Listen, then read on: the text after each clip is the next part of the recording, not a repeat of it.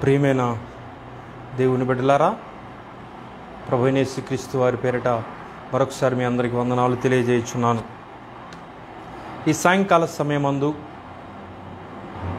మీతో బైబిల్లో నుంచి కొన్ని మాటలు తెలియపరచాలని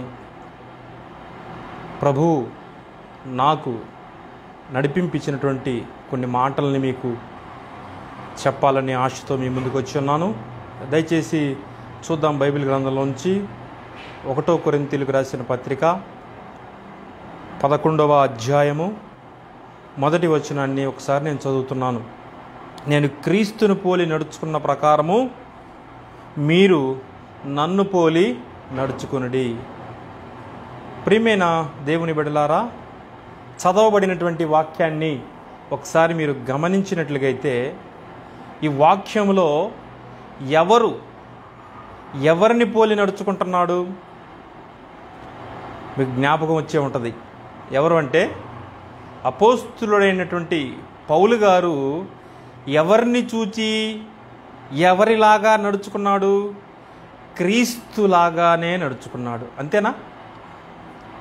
ఎందుకు నేను పౌలు గారిని మీకు జ్ఞాపకం చేస్తున్నానంటే, ఈరోజు మనము చాలామంది పెట్టుకుంటారు రోల్ మోడల్గా, నేను అలా ఉండాలి, ఆ వ్యక్తిని చూసి ఆ వ్యక్తిలాగానే నేను కూడా ఉండాలి అనుకొని చాలామంది అనుకుంటూ ఉంటారు.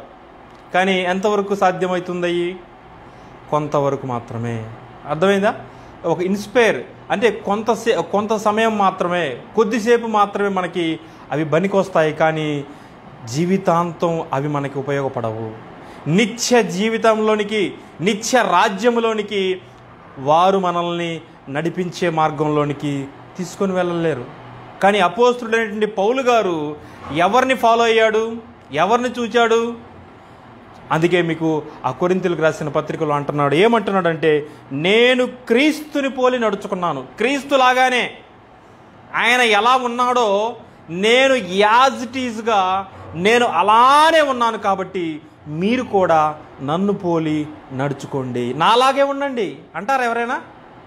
ఎవరైనా మీరు నాలాగుండు, నేను చేసినట్లుగానే భక్తి చేయి, నేను చేసినట్లుగానే ప్రార్థన చేయి, నాలాగే ఉండు, సహించు, నాలాగే ఎవరైనా ఏదైనా అంటే సహనం కలిగి ఉండు, ఎవరైనా నిన్ను తిడితే ఎదురు మాట్లాడమాకు అని నువ్వు అంటావా? అనగలుగుతావా? అంత స్టాండర్డ్, అంత భక్తి ఈరోజు క్రైస్తవులైన వ్యక్తులకు ఉందా? ప్రియమైన దేవుని బిడ్డలారా, చూసారా పౌలు గారు ఎలా మాట్లాడుతున్నాడో? పౌలు గారు ఎలా చెప్తున్నాడో చూడండి. నేను క్రీస్తుని పోలి నడుచుకున్న ప్రకారం నన్ను పోలి నడుచుకో. నన్ను చూడు, నా భక్తిని చూడు, నేను చేసినటువంటి సేవను చూడు, నేను దేవుని మార్గంలో ఎలా నడిచానో, ఎలా జీవించానో, మీ అందరికీ తేట తెల్లంగా ఎలా చూపించానో అలానే నన్ను చూడండి మీరు అంటారా? ఎందుకంటే మనిషి జీవితంలో మీరు తొంగి చూస్తే మనిషి బలహీనుడు కాబట్టి ఏదో ఒక లోపము, ఏదో ఒక బలహీనతలు మీకు కనపడతాయి. కానీ ప్రియమైన దేవుని బిడ్డలారా, కానీ అపోస్తుడైన పౌలు గారు మాత్రం చూశారా ఎంత గొప్ప మాట మాట్లాడుతున్నాడో? నన్నే చూడు అంటారా? అలా అనగలుగుతారా?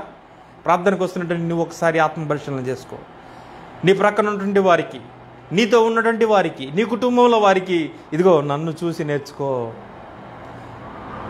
విశ్వాస జీవితంలో నన్ను చూచి నడుచుకో, నాలాగా నువ్వు ఉండు అంటావా? అనగలుగుతావా? అంత ధైర్యం నీకుందా? ప్రియమైన దేవుని బిడ్డలారా, ఒకసారి నిన్ను నీవు ఆత్మ పరిశీలన చేసుకో. మనం అలా ఉండాలి, క్రీస్తుని పోలి మనం నడుచుకోవాలి. ఎవరిని పోలి నడుచుకుంటున్నారు? ఈరోజు చాలామంది యవనస్తులు ఎవరిని పోలి నడుచుకుంటున్నారంటే, యవన స్త్రీలు కానీ యవన పురుషులు కానీ ఆ సినిమాలో నటించేవారు ఎలా ఉన్నారో అలానే నేను ఉండాలి, అలా డ్రెస్ చేసుకోవాలి, అలా హెయిర్ స్టైల్ ఉండాలి, అలా నా మాట ఉండాలి, అలా నా నడక ఉండాలని చాలామంది అలా ఉంటున్నారు. ఓ ప్రియమైనటువంటి యవనస్తులారా, వాళ్ళు నీకు మాదిరి కాదు. వాళ్ళని చూసి నువ్వు నేర్చుకోవాల్సిన అవసరం లేదు, వాళ్ళ మార్గంలో నువ్వు నడవాల్సిన అవసరం లేదు. ఆ మార్గము నేను నరకానికి దారి తీస్తుంది, గుర్తుపెట్టుకో. ఒకసారి ఇంతే నేను సినిమాలు చూసేటువంటి సందర్భం యవ్వన కాలంలో ఉన్నప్పుడు, అంటే ఇంటర్మీడియట్ 10th క్లాస్ చదువుతున్న సమయంలో సినిమాల మీద నాకు బాగా ఆసక్తి, బాగా ఏ సినిమా అయినా సరే బెనిఫిట్ షోకి నేను చూసేవాడిని. అంటే అంత ఆసక్తి కలిగి సినిమాలకి నేను వెళ్తున్నప్పుడు ఏం జరిగిందంటే, బాగా సినిమాల్లో కెక్కిరిసలాడిపోతున్నారు జనాలు, రష్ అయిపోతున్నారు. ఒక పక్కన పోలీసులు అంటున్నారు, అయినా కానీ ఎవరు లెక్క చేయట్లా, టికెట్లు తీసుకుంటున్నారు. అకస్మాత్తుగా ఒక వ్యక్తి రాంగ్ ఎంట్రీలోంచి పైకి ఎక్కాడు, కరెంట్ షాకే చనిపోయాడు. ఎందుకు వచ్చాడు? సినిమా చూద్దామని వచ్చాడు. ఏమైంది?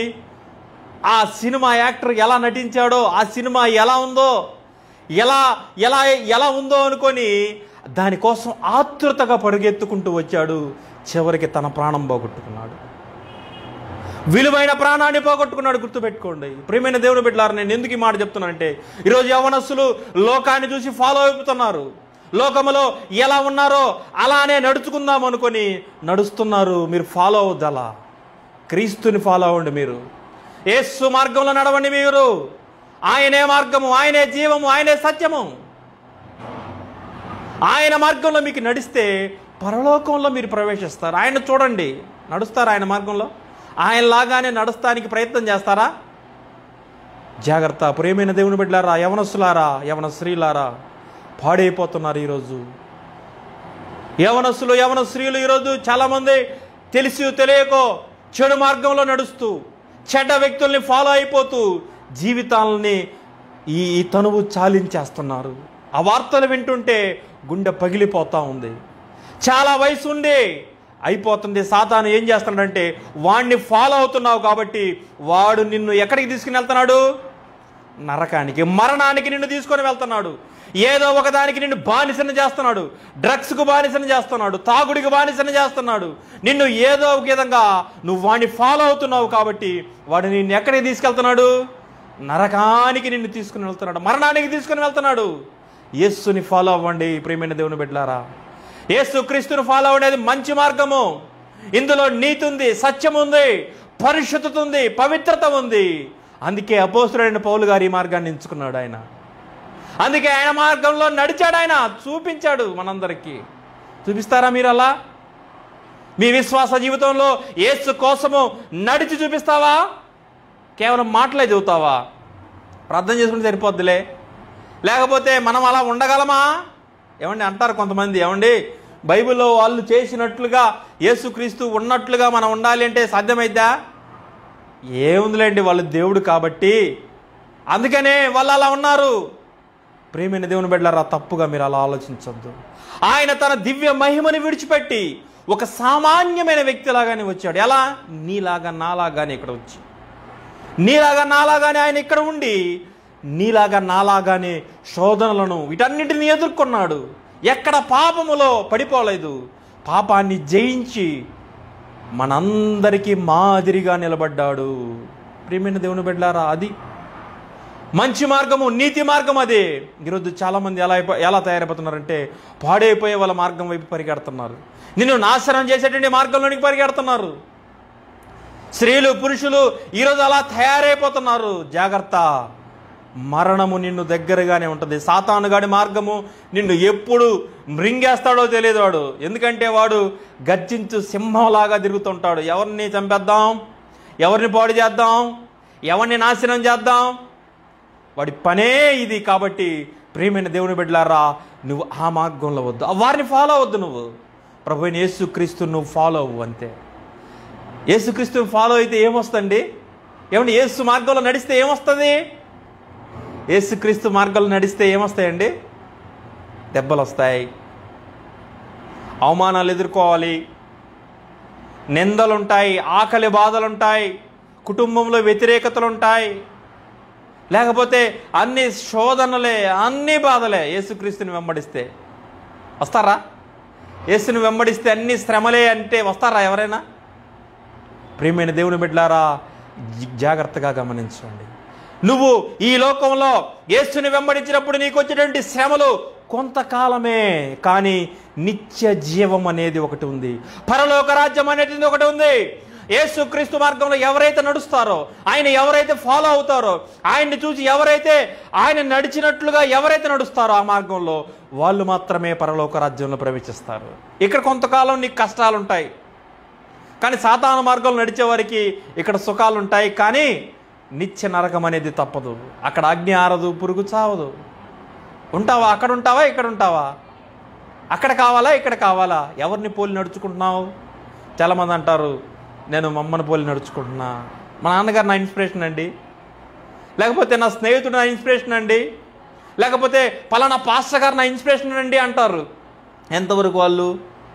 కొంతవరకు మాత్రమైన సంగతిని మీరు జ్ఞాపకం చేస్తున్నాను.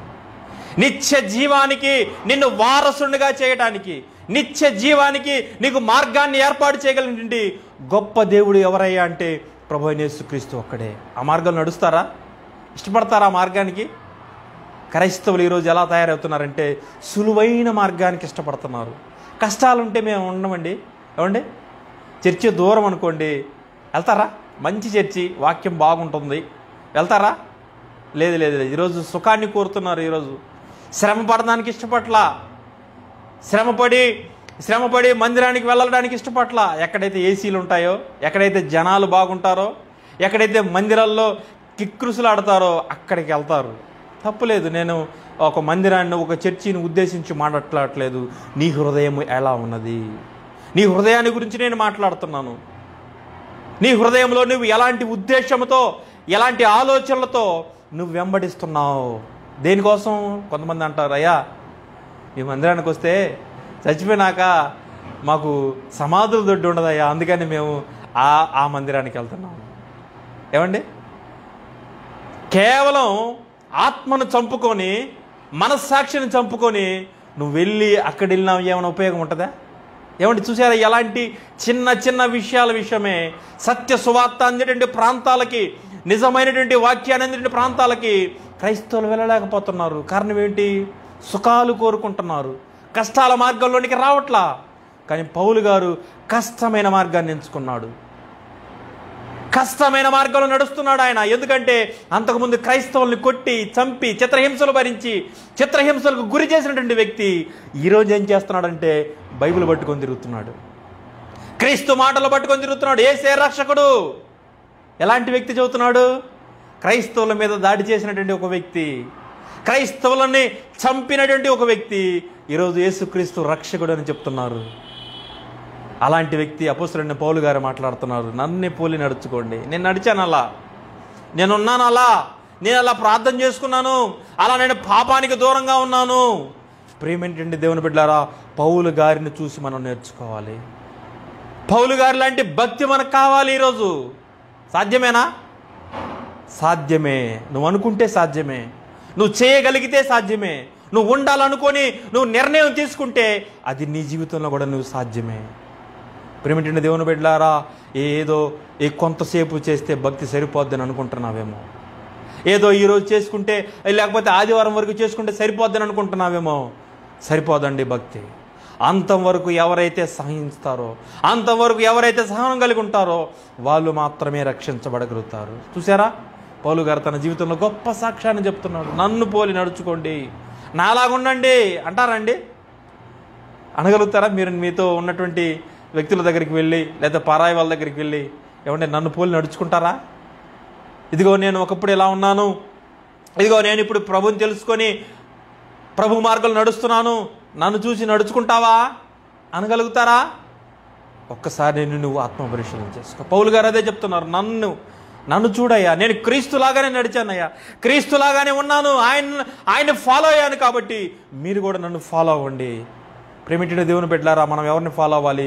యేసుని ఫాలో అవ్వాలి. మనం ఆయన మార్గంలో మనం నడవాలి. ఆయనలాగా మనం ఉండాలి అంటే ఈ లోకంలో శ్రమలు అనేవి తప్పవు మనకి. శ్రమలకు భయపడతారా? ఏమండి, శ్రమకు భయపడతారా? కొంతసేపేనండి ఈ శ్రమ, కొంతకాలమే. ఈ లోకంలో నువ్వు బ్రతికేటువంటి ఈ కొంత జీవితం వరకే నీ శ్రమలు ఉంటాయి. ఆ తర్వాత నీకు నిత్యము ఆనందమే, సంతోషమే. ఆ పరలోక రాజ్యంలో నీకు స్థానం కలగాలి అంటే ఇక్కడ కొంతకాలం నీకు శ్రమలు ఉంటాయి. పౌలు గారు తన జీవితంలో అదే అన్ని శ్రమలు పడ్డాడు. ఎందరో సువార్తను ప్రకటించినప్పుడు రాళ్ల దాడి, ఆకలి దప్పులు, చలి బాధలు, అన్ని శ్రమలు అనుభవించాడు. అయినప్పటికీ కూడా యేసులాగానే నడిచాడు. ఎవరేమన్నప్పటికీ కూడా ఆ మార్గం నుంచి తొలగిపోలా. ఈరోజు చాలామంది ప్రార్థనకు వస్తుంటే, ఏం ప్రార్థన చేసేవాళ్ళమ్మా, బయలుదేరిందిలే భక్తురాలు, బయలుదేరిందిలే ప్రార్థనా పరుడు అని ఎవరైనా ఏదైనా అన్నారనుకోండి, ఒక్క మాట, ఆ మార్గాన్ని వదిలిపెట్టేస్తారంట. వద్దు, ఇంకా మార్గం వదులు. ప్రేమిటండి దేవుని బిడ్డలారా, అది మంచి మార్గం కాదు, అది మంచి ఆలోచన కాదు. క్రీస్తుని పోలి నడుచుకుంటూ ఉండాలి నువ్వు, అంతే. నీకు ఆయన బలం ఇస్తాడు, శక్తి ఇస్తాడు. అంతవరకు నడిచేటువంటి శక్తిని ఆయన నీకు ఇస్తాడు. ఆ పునరుద్ధానపు శక్తి నీలో ప్రభువు పంపిస్తాడు. ఎలా? నీ పాపాలను నువ్వు ఒప్పుకొని, నువ్వు పశ్చాత్తాపడి, ఆ కలువరిగిరిలో ప్రభువు కార్చినటువంటి ఆ రక్తంలో నీ దోషాలను నువ్వు కడుక్కున్నట్లుగైతే ఆ పునరుద్ధానపు శక్తి నీకిస్తాడు. ఆయనలాగా నడిచేటువంటి ధైర్యాన్ని నీకు ఇస్తాడు. శ్రమల్లో ఎలా ఉండాలో జ్ఞానాన్ని నీకు ఇస్తాడు. ఈ లోకంలో ఎలా బ్రతకాలో, ఎలా జీవించాలో సమస్తము ఆయన నీకు ఉపదేశిస్తాడు. ఎవరు? పరిశుద్ధాత్మ దేవుడు. అనుభవం నీకుందా? పరిశుద్ధాత్మ దేవుడితో నడిచేటువంటి అనుభూతి, ఆలోచనలు నీకున్నాయా? ప్రార్థన చేస్తుంటే నాకు దేవుడిచ్చిన ఆలోచన ప్రకారంగా ఈరోజు మీ ముందు వాక్యాన్ని బోధిస్తూ ఉన్నాను. ప్రియమైనటువంటి దేవుని బిడ్డలారా, ప్రభువు ఇచ్చినటువంటి ఆలోచనలు, పరిశుద్ధాత్మ నడిపింపు నీ జీవితంలో నీకు వస్తేనే నీవు ప్రభువులాగా జీవించగలుగుతావు, పౌలు గారిలాగా జీవించగలుగుతావు, చెప్పగలుగుతావు, ఇదిగో నాలాగా ఉండండి, ఒకప్పుడు నేను ఎలాంటి వ్యక్తిని, ఇప్పుడు ఎలా మారిపోయాను అని నువ్వు సాక్ష్యం ఇవ్వాలి. ఇస్తారా అండి? ఈరోజు సాక్ష్యం చెప్పేవాళ్ళు తక్కువైపోయారు. ఎక్కడ గెలిచినా చాలామంది ప్రైజ్ లాడ్ అని చెప్పుకుంటున్నారు, కానీ వ్యక్తిగత సాక్ష్యాల దగ్గరికి పోట్లా కదా. వ్యక్తిగతంగా ఎలా మారు మనసు పొందావు, ఎలా రక్షణ పొందావు, ఈ సబ్జెక్ట్ ఈరోజు కనపట్లా. ఎలా ప్రభు నీ పాపాలను క్షమించడంటే మాటని ఈరోజు చెప్పట్లా. ప్రేమేంటంటే దేవుని బిడ్డలారా, గమనించండి. ఎలా ఉంది నీ భక్తి? ఎలా జీవిస్తున్నావు నువ్వు? కేవలము ఏదో పైపైన భక్తి సరిపోద్దేమో అనుకుంటున్నావేమో. లోతైన భక్తి కావాలి, లోతైనటువంటి మారు మనసు, లోతైనటువంటి రక్షణ నీకున్నప్పుడు మాత్రమే నీ జీవితం ఫలిస్తుంది. ఆయనలాగా నువ్వు నడవాలి అంటే నీ జీవితంలో పాపం ఉండకూడదు, పాపానికి దూరంగా ఉండు, అంతే. పాపాన్ని నువ్వు అసహించుకుంటే ప్రభు నీతో వస్తాడు, నీలో ఉంటాడు, నిన్ను ఆయనలాగా నడిపిస్తాడు. నీ చేత కాదు, నీ వల్ల కాదు,